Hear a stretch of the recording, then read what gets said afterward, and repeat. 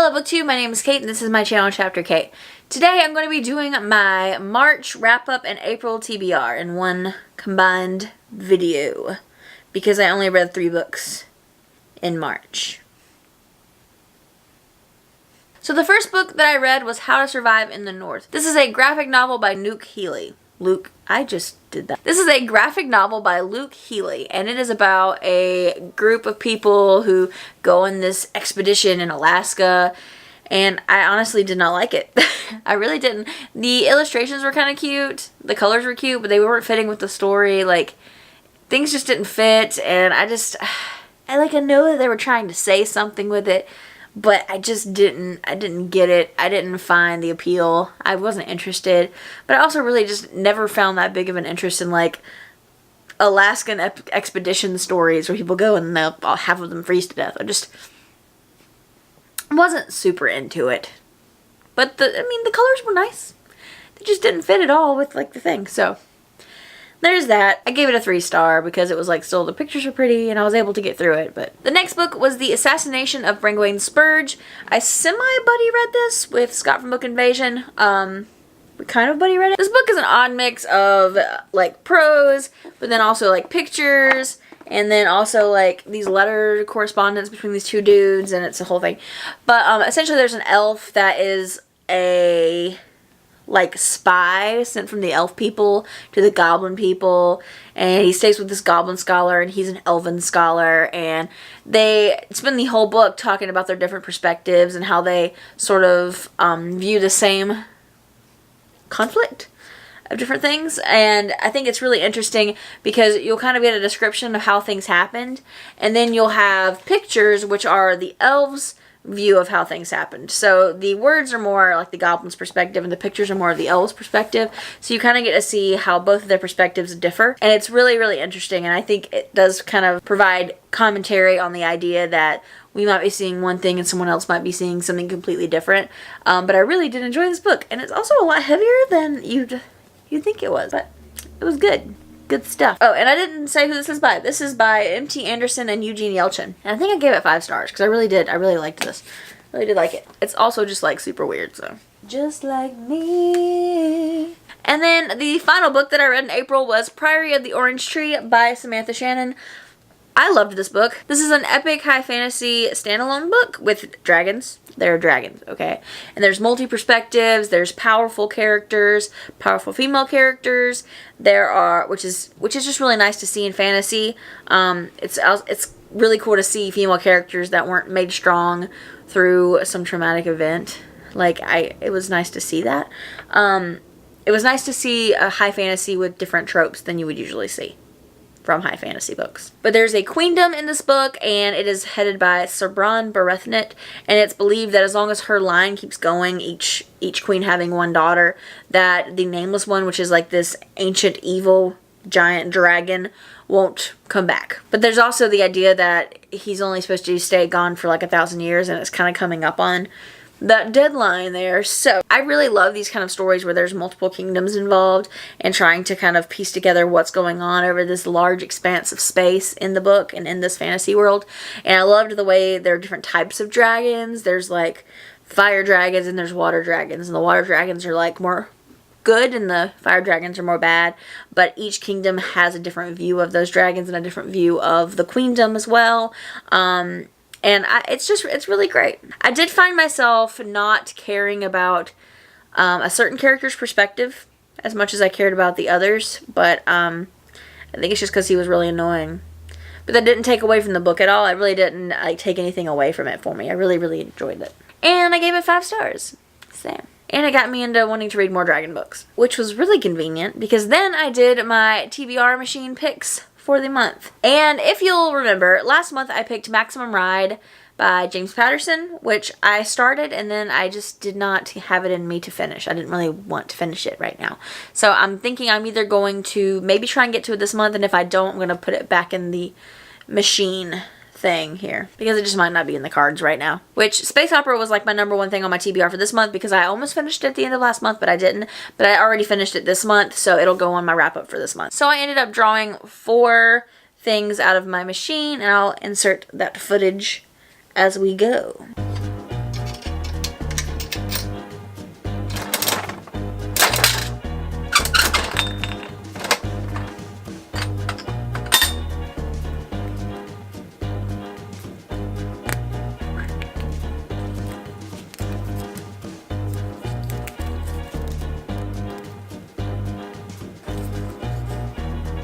The first book was The Golden Compass by Philip Pullman. I watched this movie several years ago when it came out, and I remember most of the storyline, but I really wanted to read the actual books behind it because I heard that they were pretty interesting, so I wanted to try it out. But I do know that there's got to be some differences between this and the movie.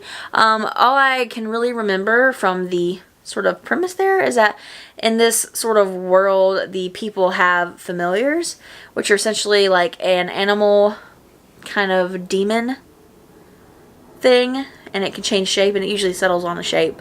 But I know that much, and that's all I really know. And I remember there being a polar bear with like some cool armor and all that stuff. But yeah, so it follows a girl named Lyra, which is a name I love, and her familiar, his name's Pan, which is short for a name I really cannot pronounce. But Lyra lives at this like college sort of place, and her uncle is a scholar, and there's this mystery that she kind of stumbles upon that they're not really letting the kids know about, but she kind of finds out about it. And there are these stolen children, and they keep disappearing, and it's kind of a mystery to try to figure out what's happening to them, so she kind of pursues that mystery. I've already started this one. I'm already kind of enjoying it, so I'm kind of excited to see where it goes.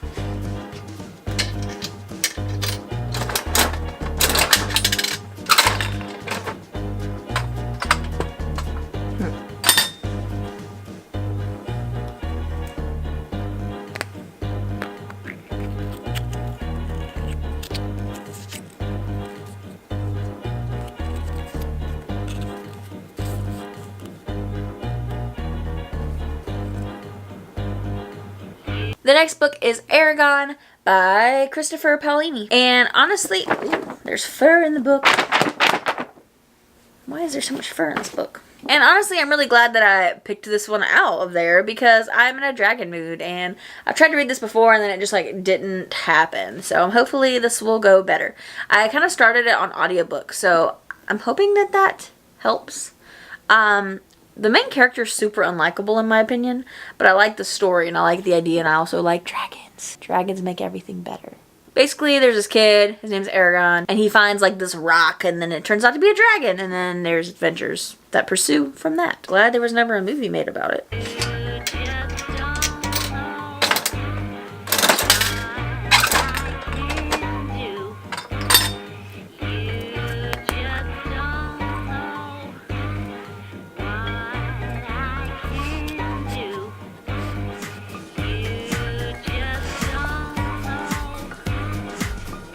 And then the next book is Chains by Laurie Halse Anderson. I'm actually really curious to know what this book is about because there's no synopsis on the book itself, but I'm interested to kind of learn about it. I believe it happens during the Revolutionary War, but that's honestly all I really know about it. So I'm kind of curious to see what happens in this book. I know Laurie Halse Anderson wrote Speak, and I've read the graphic novel version of that, and that was an amazingly written story, so I'm kind of curious to see how she handles this subject matter. But she's gotten some awards on it, so hopefully she handles it well.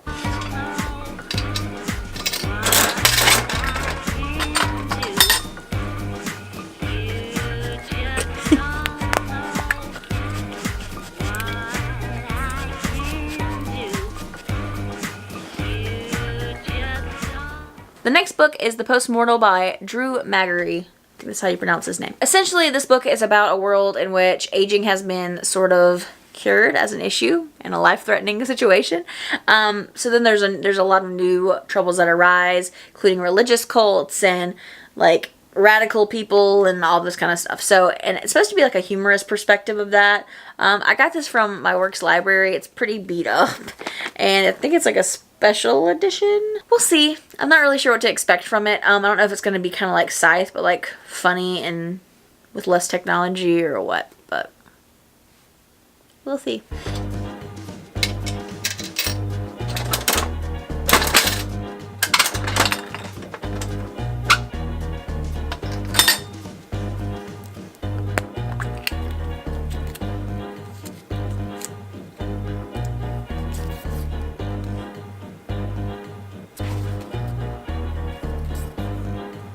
The next book is On the Come Up by Angie Thomas. This isn't a sequel to The Hate U Give, but I think that there are a couple of characters that are the same in both books. I'm not entirely sure, but I've heard that.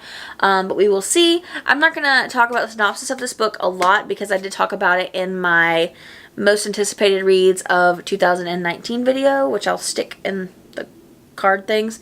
If I remember, I might forget. I usually forget. The story follows a girl named Bree who is striving to become a rap star despite her circumstances and her financial status and things like that with her mother. And I honestly love that. But something happens. She gets portrayed to the media to be a menace instead of an MC. At least that's what the synopsis said. I thought that was a catchy line. So I'd like to sort of see the sort of struggles that she goes through to try and work towards her dreams. And I love stories by people that follow their dreams, especially when they relate to music. So I am excited to see what happens in here. And those are the 5 books that I drew out of my machine.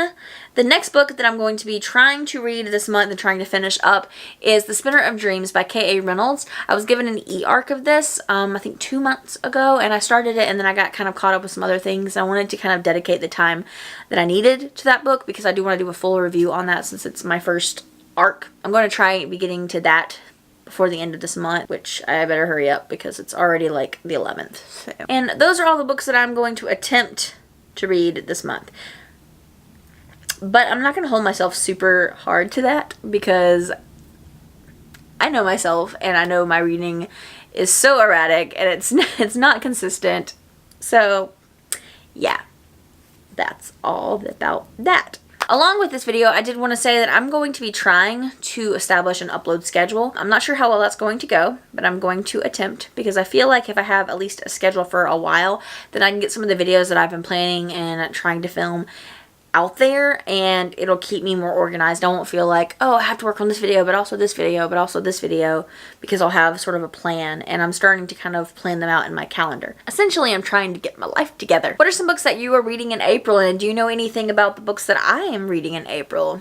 Let me know below if you liked them, if you hated them, if you were kind of meh about them, whatever. And if you would like more of this junk, subscribe below. Bye! Tripping over shadows and I'm drowning in the night. I feel the soldiers coming, I'm putting up a fight.